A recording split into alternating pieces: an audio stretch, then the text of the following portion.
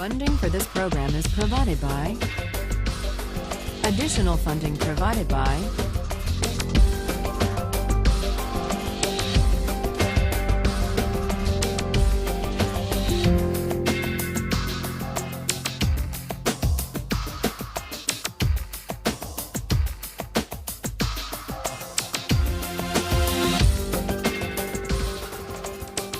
Today we turn to Kant's reply to Aristotle. Kant thinks that Aristotle just made a mistake. It's one thing, Kant says, to support a fair framework of rights within which people can pursue their own conceptions of the good life. It's something else, and something that runs the risk of coercion, to base law or principles of justice on any particular conception of the good life. You remember Aristotle says, in order to investigate the ideal constitution, we have first to figure out the best way to live. Kant would reject that idea. He says that constitutions and laws and rights should not embody or affirm or promote any particular way of life. That's at odds with freedom. For Aristotle, the whole point of law, the purpose of the polis, is to shape character, to cultivate the virtue of citizens, to inculcate civic excellence, to make possible a good way of life. That's what he tells us in the Politics.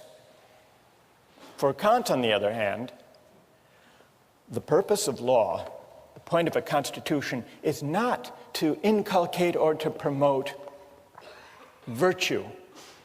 It's to set up a fair framework of rights within which citizens may be free to pursue their own conceptions of the good for themselves. So we see the difference in their theories of justice. We see the difference in their account of law, or the role of a constitution, the point of politics. And underlying these differences are two different accounts of what it means to be a free person. For Aristotle, we're free insofar as we have the capacity to realize our potential. And that leads us to the question of fit. Fit between persons and the roles that are appropriate to them. Figuring out what I'm cut out for. That's what it means to lead a free life, to live up to my potential. Kant rejects that idea and instead substitutes his famously demanding notion of freedom as the capacity to act autonomously. Freedom means acting according to a law I give myself. Freedom as autonomy. Part of the appeal, part of the moral force of the view of Kant and of Rawls consists in the conception of the person as a free and independent self, capable of choosing his or her own ends. The image of the self as free and independent offers, if you think about it, a powerful, liberating vision, because what it says is that as free moral persons, we are not bound by any ties of history or of tradition or of inherited status that we haven't chosen for ourselves. And so we're unbound by any moral ties prior to our choosing them. And that means that we are free and independent sovereign selves. We're the authors of the only obligations that constrain us.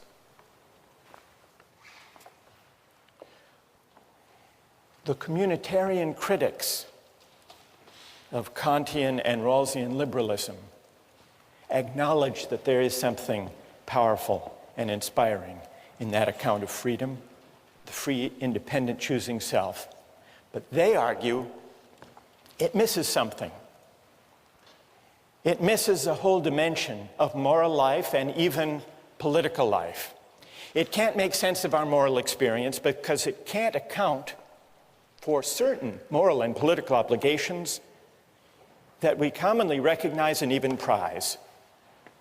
And these include obligations of membership, loyalty, solidarity, and other moral ties that may claim us for reasons that we can't trace to an act of consent. Alasdair MacIntyre gives an account, what he calls a narrative conception of the self. It's a different account of the self. Human beings are essentially storytelling creatures, MacIntyre argues. That means I can only answer the question, what am I to do, if I can answer the prior question, of what story or stories do I find myself a part? That's what he means by the narrative conception of the self. What does this have to do with the idea of community and belonging? MacIntyre says this: once you accept this narrative aspect of moral reflection, you will notice that we can never seek for the good or exercise the virtues only as individuals. We all approach our circumstance as bearers of particular social identities. I am someone's son or daughter, a citizen of this or that city. I belong to this clan, that tribe, this nation. Hence, MacIntyre argues, what is good for me has to be the good for someone who inhabits these roles. I inherit from the past of my family, my city, my tribe, my nation, a variety of debts, inheritances, expectations, and obligations. These constitute the given of my life, my moral starting point. This is, in part, what gives my life its moral particularity. That's the narrative conception of the self. And it's a conception that sees the self as claimed or encumbered, at least to some extent, by the history, the tradition, the communities of which it's a part. We can't make sense of our lives, not only as a psychological matter, but also as a moral matter in thinking what we ought to do without attending to these features about us. Now, MacIntyre recognizes that this narrative account, this picture of the encumbered self, puts his account at odds with contemporary liberalism and individualism. From the standpoint of individualism, I am what I myself choose to be. I may biologically be my father's son, but I can't be held responsible for what he did unless I choose to assume such responsibility. I can't be held responsible for what my country does or has done unless I choose to assume such responsibility. But MacIntyre says this reflects a certain kind of moral shallowness, even blindness. It's a blindness at odds with the full measure of responsibility, which sometimes, he says, involves collective responsibility, or responsibilities that may flow from historic memories. And he gives some examples.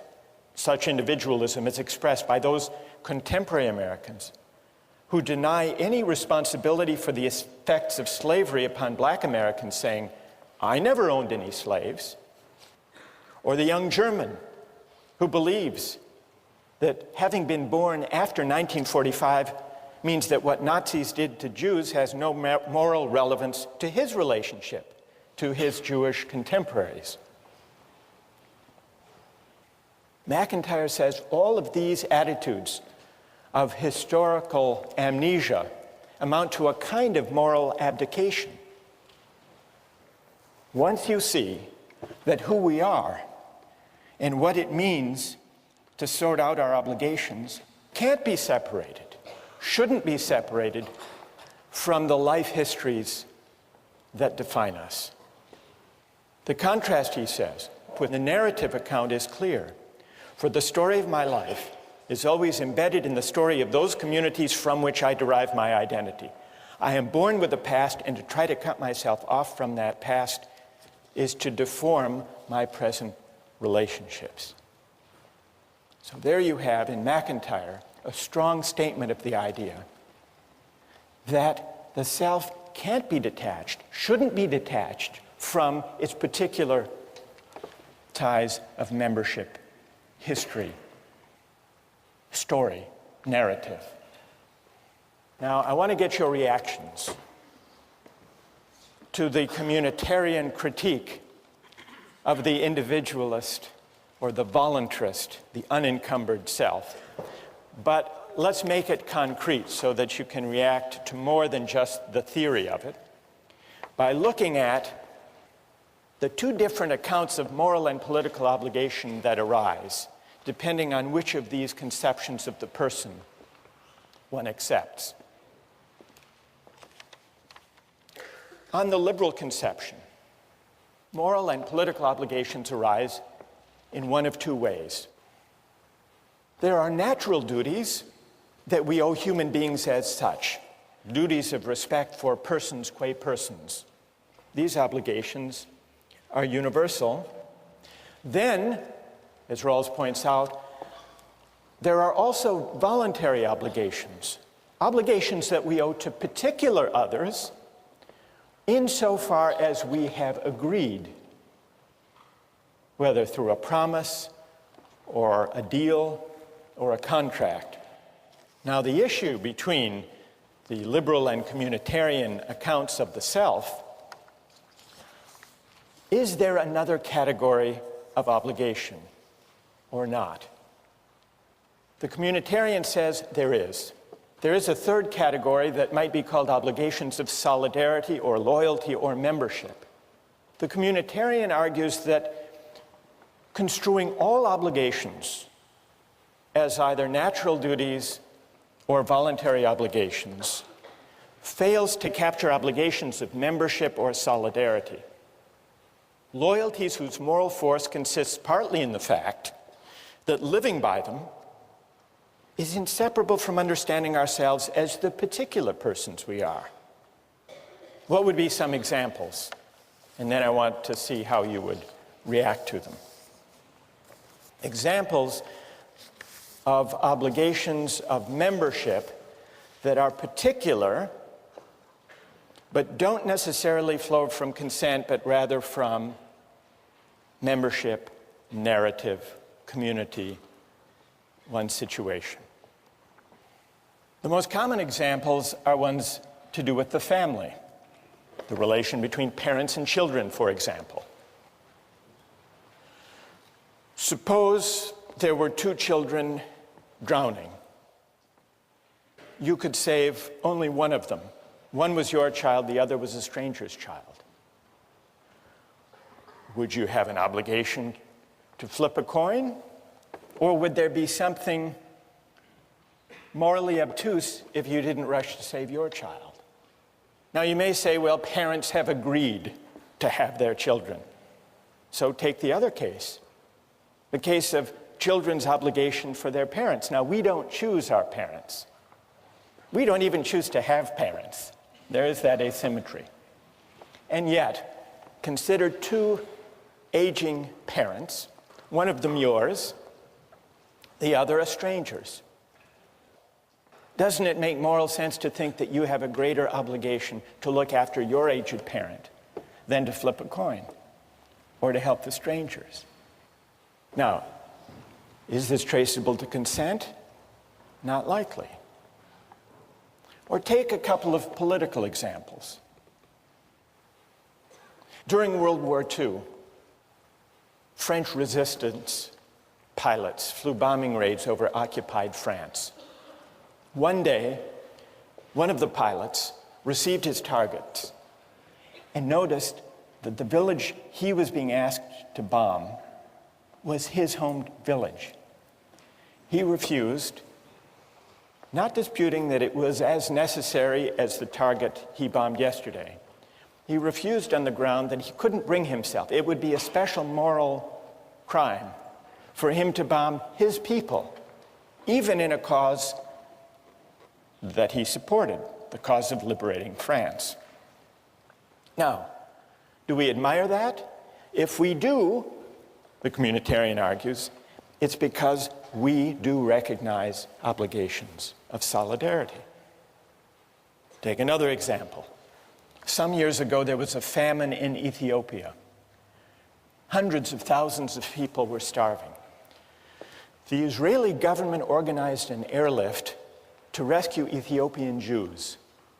They didn't have the capacity to rescue everyone in Ethiopia. They rescued several hundred Ethiopian Jews. Now, what's your moral assessment? Is that a kind of morally troubling partiality, a kind of prejudice? Or, as the Israeli government thought, is there a special obligation of solidarity that this airlift properly responded to? Well, that takes us to the broader question of patriotism. What, morally speaking, is to be said for patriotism? There are two towns named Franklin. One is Franklin, Texas, and the other is just across the Rio Grande River, Franklin, Mexico. What is the moral significance of national boundaries? Why is it, or is it the case, that we as Americans have a greater responsibility for the health and the education and the welfare and public provision for people who live in Franklin, Texas, than equally needy people just across the river living in Franklin, Mexico? According to the communitarian account, membership does matter. And the reason patriotism is at least potentially a virtue is that it is an expression of the obligations of citizenship. How many are sympathetic to the idea that there is this third category of obligation, the obligations of solidarity or membership? How many are sympathetic to that idea? And how many are critical of that idea? How many think all obligations can be accounted for in the first two ways? All right, let's hear from the critics of the communitarian idea first. Yes? My biggest concern with the idea of having obligations because you're a member of something or because of solidarity is that it seems that if you accept those obligations as being sort of morally binding, then there's a greater occurrence of overlapping obligations, a greater occurrence of good versus good. And I don't know if this sort of framework allows us to choose between them. Good. And what's your name? Patrick. So you worry that if we recognize obligations of membership or solidarity, since we inhabit different communities, their claims might conflict. And what would we do if we have competing obligations? Yes? Well, one solution is that we could view ourselves as ultimately members of the human community, and that then within that we have all these smaller spheres of that, you know, I am an American or I am a student at Harvard.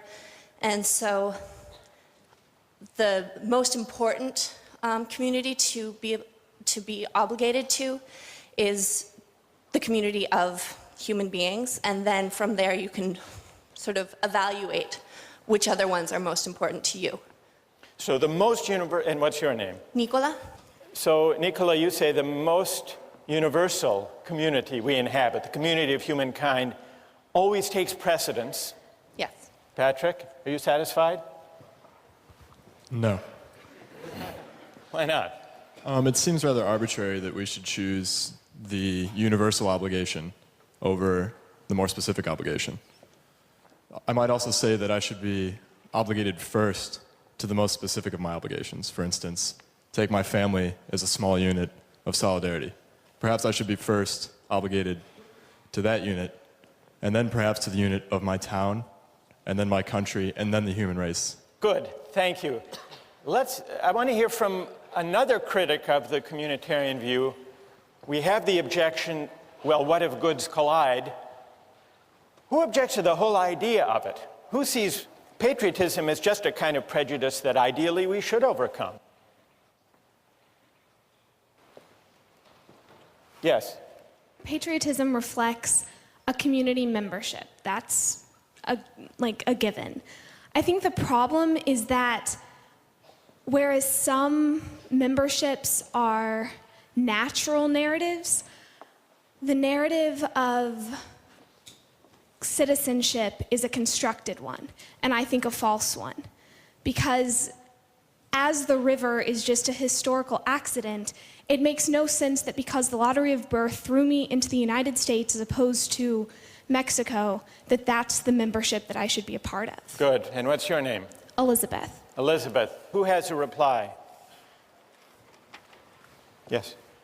I think in general, we have to ask, where do our moral obligations arise from anyway? And I think basically there'd be two places from which they could arise. One would be kin, and another one would be reciprocity. And the closer you are associated to other people, there's a natural reciprocity there in terms of having interactions with those people. You interact with the neighbors on your street, with the other people in your country through economic arrangements. But I don't know, and you don't know those people in Franklin, Texas, any more than you know the people in Franklin, Mexico, do you? Presumably, you're naturally more connected with the people in your own country in terms of interaction and trade than you are with people in other countries. Good. Who else? Well, go ahead.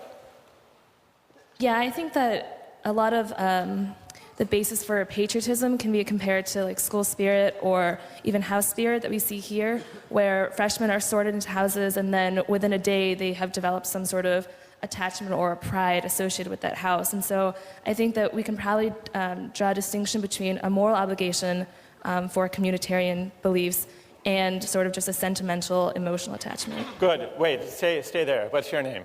Rena. What about, go back to my example about the obligation of the child to the parent. Would you say the same thing there? It's just may or may not be a sentimental tie, but it has no moral weight? Well, I mean, I'm not entirely certain that accident in the initial stage is something that will preclude like moral obligations later.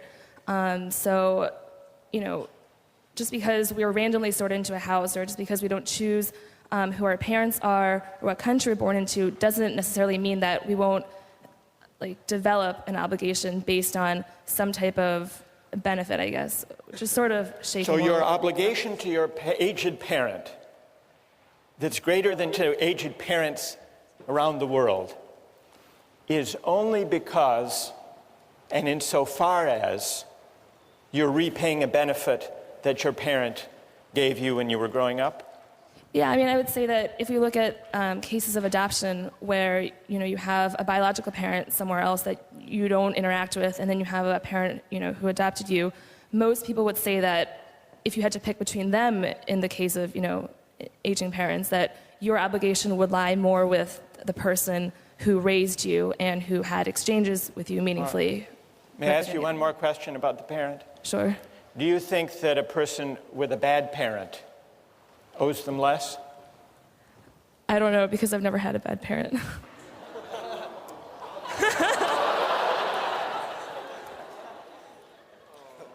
I think that's a good place to end. Thank you. We'll continue with this next time. Thank you.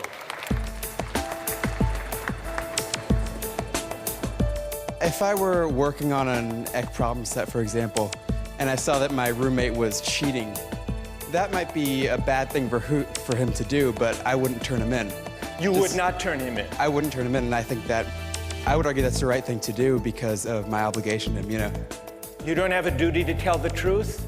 To report someone who cheated? Today, I'd like to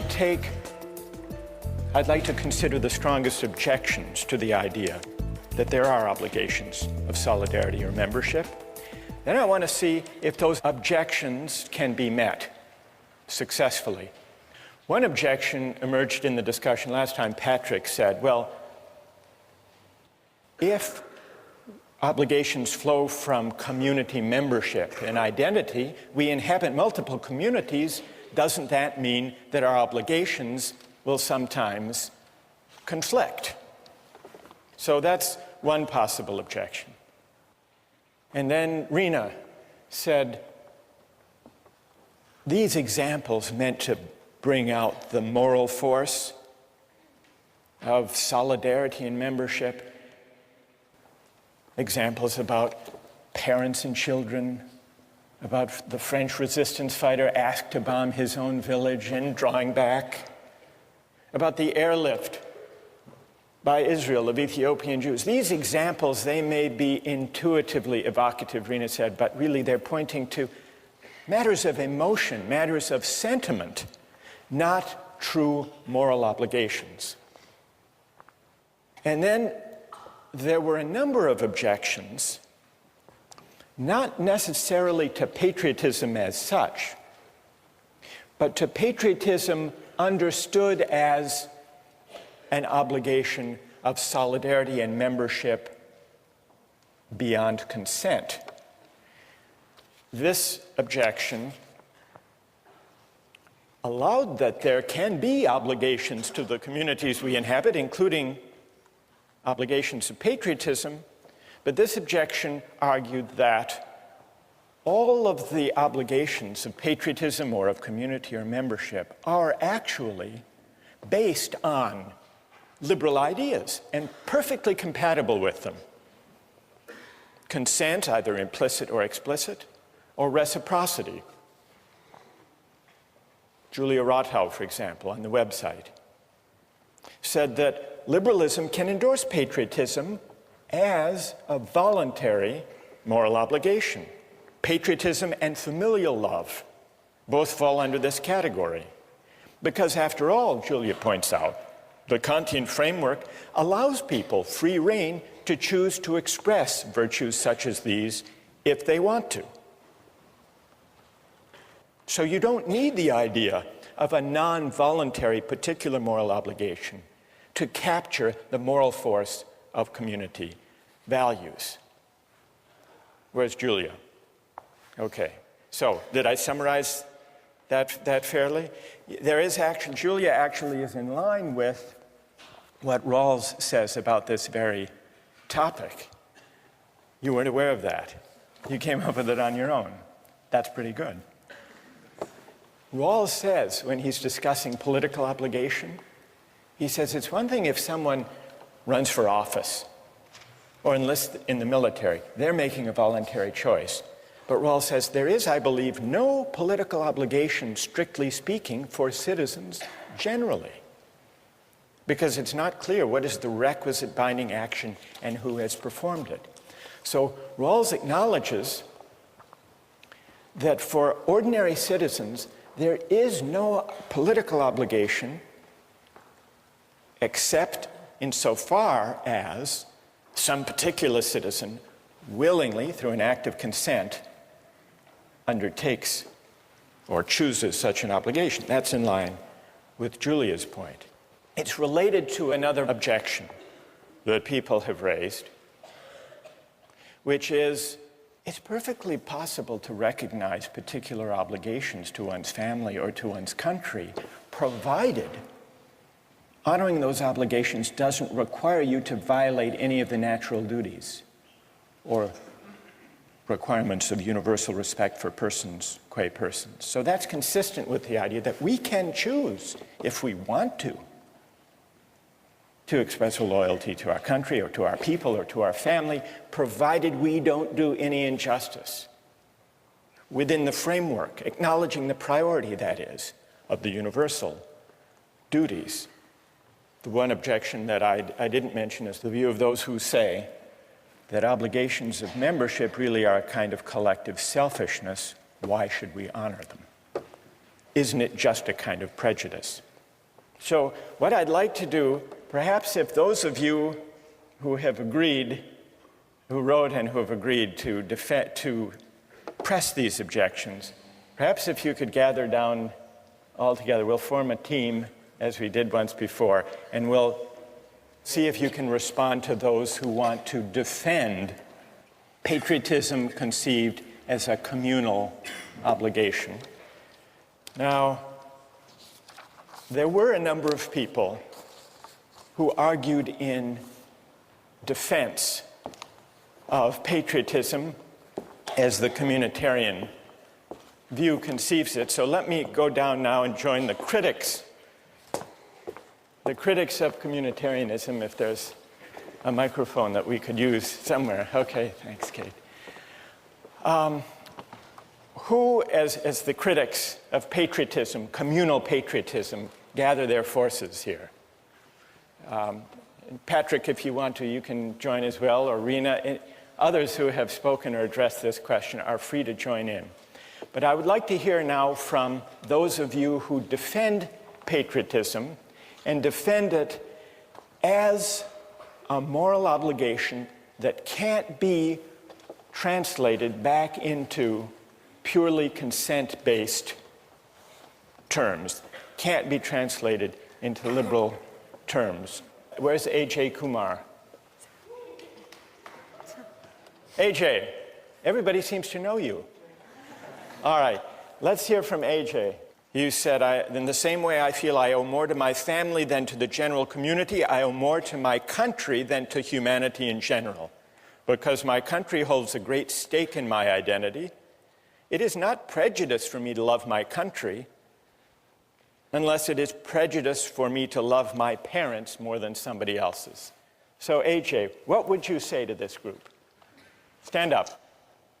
I think that there's some fundamental moral obligation that comes from a communitarian responsibility to people and groups that form your identity. I mean, even, like, I'll give the example that, there are a lot of things about our government right now that I'm not in favor of, but part of my identity is that America values a free society where we can object to certain things, and I think that's an expression of patriotism as well. And I go back to the parent example, or even at Harvard, I think, I owe more to my roommates because they make up my identity than I do to the Harvard community as a whole. And I think that applies to our country because there are certain things that growing up here, yes, we can't choose it, we can't choose our parents, things like that, but it makes up part of our identity. Okay, who would like to take that on? Ike? Yeah, about the obligation to others simply by virtue of being in being influenced by them. I'm a German citizen, and if I had been born 80 years earlier, then I would have been a citizen of Nazi Germany. And for some reason, I just don't think that I would have to feel obligated towards Germany because I had benefited from actions of Nazis. I mean, I guess my response to that would be you have hundreds of thousands of protesters in the United States right now who hold up signs that say peace is patriotic. And I'm sure there are people in this room who don't agree with that. I personally do. And I would say that they're strongly objecting to basically everything the Bush administration is doing right now, but they still consider themselves loving their country because they're furthering the cause of what they see as best for the country. And I tend to agree with that as a patriotic movement. Well, but how's that then? How do you still favor your country? How's that still patriotic? I mean, isn't that more a sentimental attachment? Where's the obligation there? Rena?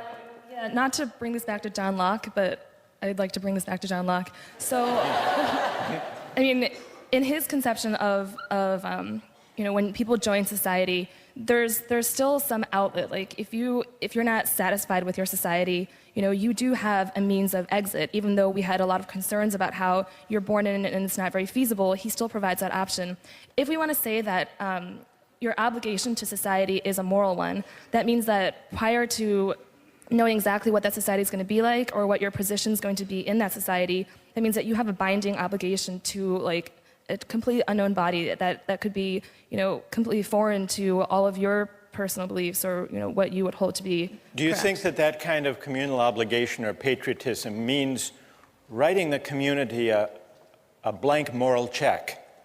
Basically, yeah. Like, I think that we can, I think it's reasonable to say that as you grow and as you develop within that community, that you acquire some type of obligation based on reciprocity. But to say that you have a moral obligation, I think, requires a stronger justification. Good. Who else? Anyone else like to address that? I guess we could say that you could argue that you're morally obliged to society by the fact that there is this reciprocity. I think it's the idea that, you know, we participate in society, we pay our taxes, we vote. This is why we could say that we owe something to society. But beyond that, I don't think there's anything inherent in the fact that we are members of the society itself that we owe it anything. I think it's insofar as the society gives us something, gives us protection, safety, security, then we owe the society something, but nothing beyond what we give the society. Who wants to take that on? Rahul? I don't think we give the community a blank moral check in that sense. I think we only give it a blank moral check when we abdicate our sense of civic responsibility and when we say that the debate doesn't matter because patriotism is a vice. I think that patriotism is important because it gives us a sense of community, a sense of common civic virtue that we can engage in the issues. Even if you don't agree with the way the government is acting, you can still love your country and hate the way it's acting. And I think because out of that love of country, you can debate with other people and have respect for their views, but still engage in the debate. If you just say that, you know, patriotism is a vice, you drop out of that debate and you cede the ground to people who are more fundamentalist, who have a stronger view, and who may coerce the community. Instead, we should engage the other members of the community on that same moral ground.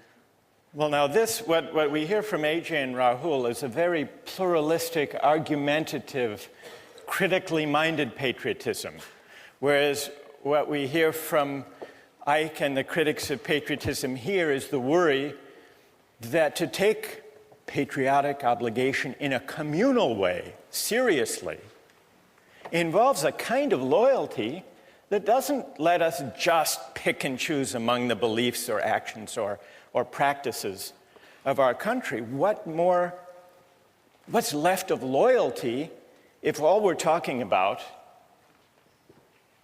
AJ and Rahul, if all we're talking about is loyalty to principles of justice that may happen to be embodied in our community or not, as the case may be, and if not, then we can reject its course. I don't know, I've sort of given a reply. I got carried away, I'm sorry. Who would like? Go ahead, Julia. Yeah, I think that patriotism, you need to define what that is. It sounds like, you know, you would normally think that we were given a more weak definition here of patriotism amongst us, but it almost sounds like your definition is merely to have some sort of civic involvement in debating within your society. And I think that that kind of undermines maybe some of the moral worth of patriotism as a virtue as well. I think if you can consent to a stronger form of patriotism if you want, that's a stronger, I guess, moral obligation than even what you're suggesting. What we really need to sharpen the issue is an example from the defenders of communitarianism of a case where loyalty can actually compete with and possibly outweigh universal principles of justice. Isn't that that's the test they really need to meet, isn't it? All right, so that's the test you need to meet, or any among you who would like to defend obligations of membership or solidarity independent of ones that happen to embody just principles.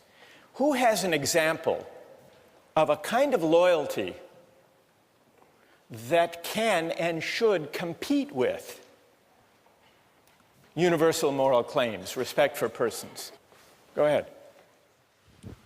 Yeah, if I were working on an EC problem set, for example, and I saw that my roommate was cheating, that might be a bad thing for him to do, but I wouldn't turn him in. You would not turn him in? I wouldn't turn him in, and I think that, I would argue that's the right thing to do because of my obligation to him, you know. It may be wrong, but that's what I would do, and, you know, I think that's what most people would do as well. All right, now there's a fair test. He's not slipping out by saying he's invoking in the name of community some universal principles of justice. What's your name? Stay there. What's your name? It's Dan. Dan? So what do people think about Dan's case? That's a harder case for the ethic of loyalty, isn't it? But a truer test? How many agree with Dan? So loyalty, Dan, loyalty has its partisans. How many disagree with Dan?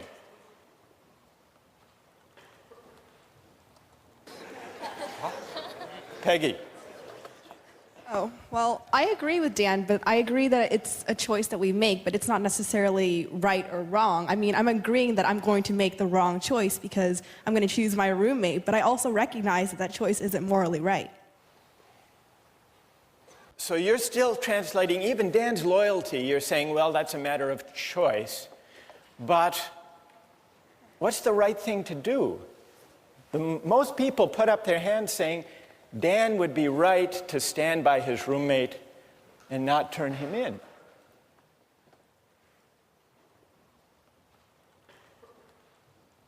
Yes, go ahead. Also, I think as a roommate, you have insider information, and that might not be something you want to use. That might be something unfair to hold against. You know, you're spending that much time with a roommate. Obviously, you're going to learn things about him, and I don't think it's fair to reveal that to a greater community. But it's loyalty, Wojtek. You agree with Dan that yes, loyalty is the ethic at stake here. Absolutely. You don't have a duty to tell the truth, to report someone who cheated? Not if you've been advantaged into getting that kind of information. Before our critics of patriotism leave, I want to give you another version, a more public example of what I guess we should call it Dan's dilemma. Dan's dilemma of loyalty. And I want to get the reaction of people to this. This came up a few years ago in Massachusetts. Does anyone know who this man is?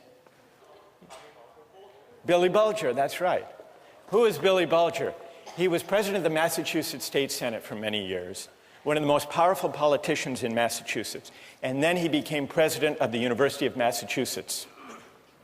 Now, Billy Bulger, did you hear the story about him that bears on Dan's dilemma? Billy Bulger has a brother named Whitey Bulger. And this is Whitey Bulger. His brother Whitey is on the FBI's most wanted list, alleged to be a notorious gang leader in Boston, responsible for many murders, and now a fugitive from justice. But when the U.S. attorney, they called Billy Bulger, then the president of the University of Massachusetts, before the grand jury and wanted information on the whereabouts of his brother, this fugitive, and he refused to give it. The U.S. attorney said, just to be clear, Mr. Bulger, you feel more loyalty to your brother than to the people of the Commonwealth of Massachusetts? And here's what Billy Bulger said. I never thought of it that way, but I do have a loyalty to my brother. I care about him. I hope that I'm never helpful to anyone against him. I don't have an obligation to help anyone catch my brother. Dan, you would agree? How many would agree with the position of Billy Bulger? Let me give one other example, and then we'll let the critics reply, the critics of loyalty, as we'll describe it. Here's an even more fateful example from a figure in American history, Robert E. Lee. Now, Robert E. Lee, on the eve of the Civil War, was an officer of the Union Army. He opposed secession, in fact, regarded it as treason. When war loomed, Lincoln offered Lee to be the commanding general of the Union Army. And Lee refused. And he described in a letter to his sons why he refused. With all my devotion to the Union, he wrote, I have not been able to make up my mind to raise my hand against my relatives, my children, my home. By which he meant Virginia. The Union is dissolved. I shall return to my native state and share the miseries of my people, save in her defense. I will draw my sword no more. Now here's a real test, Dan, for your principle of loyalty. Because here is the cause of the war against, not only to save the Union, but against slavery. And Lee is going to fight for Virginia, even though he doesn't share the desire of the southern states to secede. Now, the communitarian would say there is something admirable in that. Whether or not the decision was ultimately right, there's something admirable. And the communitarian would say, we can't even make sense.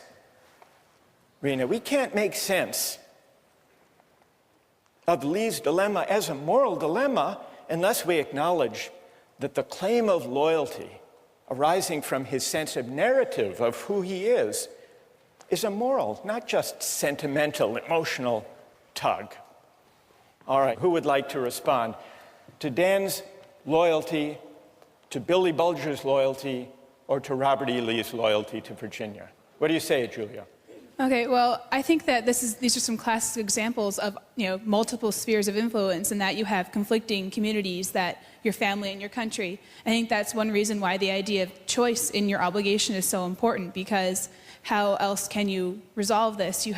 If you're morally obligated and there's no way out of this need for loyalty to both communities, you're trapped. There's nothing you can do. You have to make a choice. And I think that being able to choose based on other characteristics than merely, the arbitrary fact that you're a member of this community is important. Otherwise, it's left to, randomness.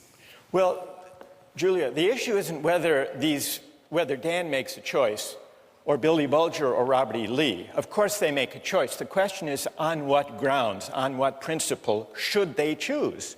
The communitarian doesn't deny that there's a choice to be made. The question is, which choice, on what grounds, and should loyalty as such weigh?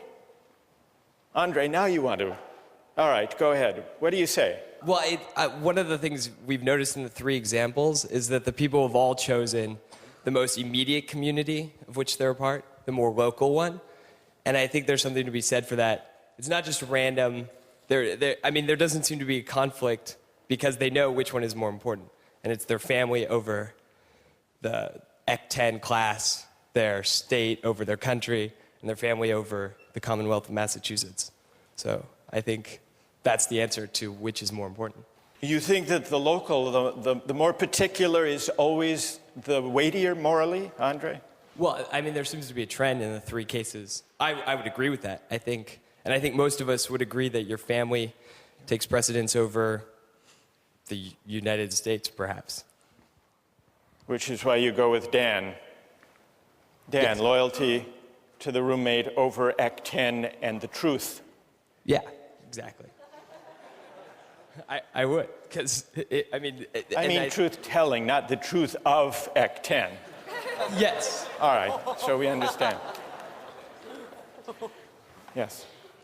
But on the same example, in terms of family, you had cases in the Civil War where brother was pitted against brother on both sides of the war, where they chose country instead of family. So I think the exact same war shows that different people have different means of making these choices, and that there is no one set of values or one set of morality that communitarians can stick to. And personally, I think that's the biggest problem with communitarians, that we don't have one set of standard moral obligations. And tell me your name. Samantha? So Samantha, you agree with Patrick's point the other day, that there may be, if we allow obligations to be defined by community identification or membership, they may conflict, they may overlap, they may compete, and there is no clear principle. Andre says there's a clear principle, the most particular. The other day, Nicola, who is sitting over here, where's Nicola, said the most universal.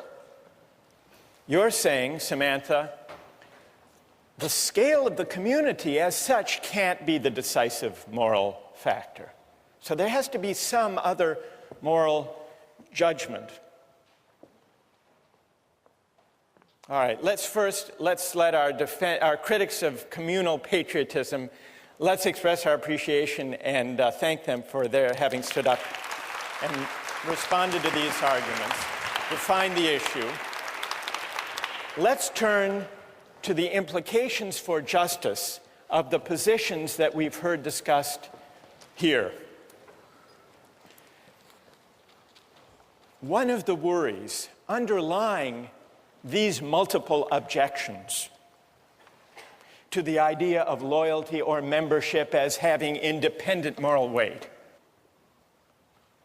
is that it seems to argue that there is no way of finding principles of justice that are detached from conceptions of the good life as they may be lived in any particular community. Suppose the communitarian argument is right. Suppose the priority of the right over the good can't be sustained.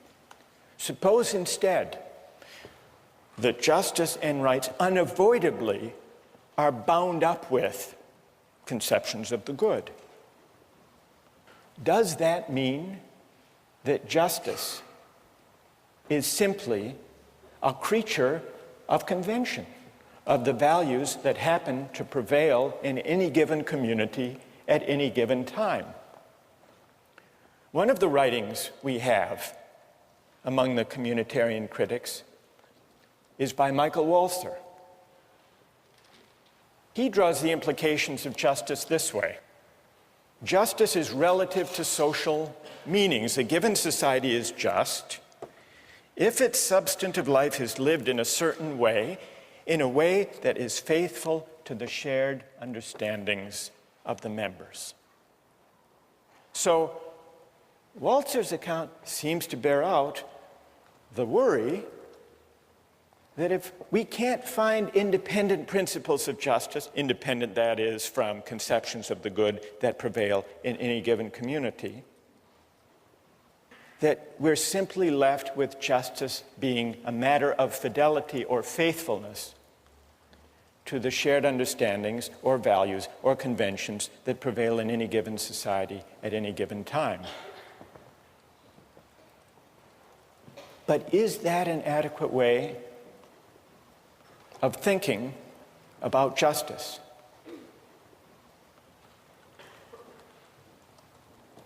Well, let's take a look at a short clip from the documentary Eyes on the Prize.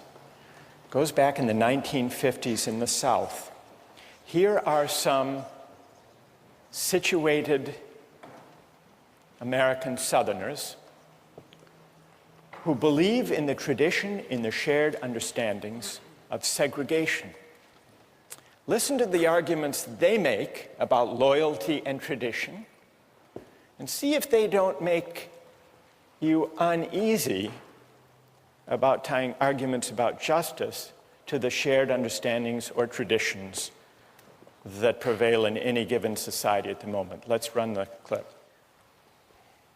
This land is composed of two different cultures, a white culture and a colored culture, and I've lived close to them all my life.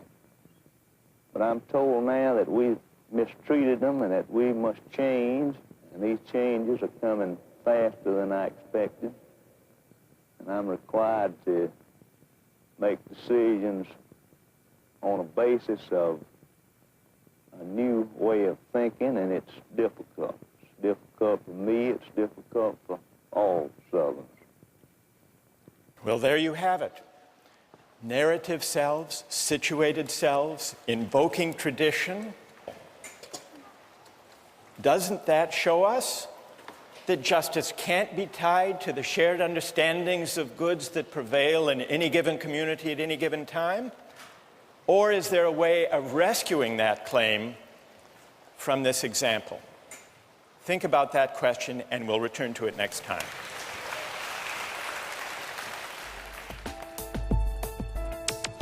Don't miss the chance to interact online with other viewers of Justice. Join the conversation, take a pop quiz, watch lectures you've missed, and learn a lot more. Visit justiceharvard.org. It's the right thing to do.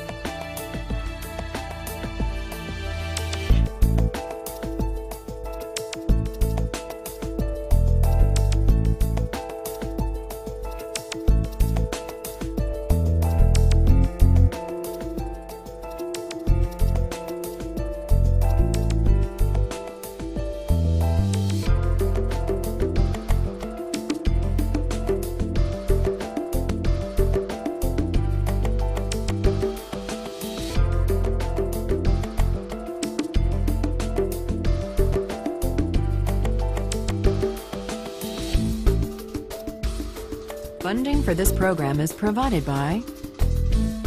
Additional funding provided by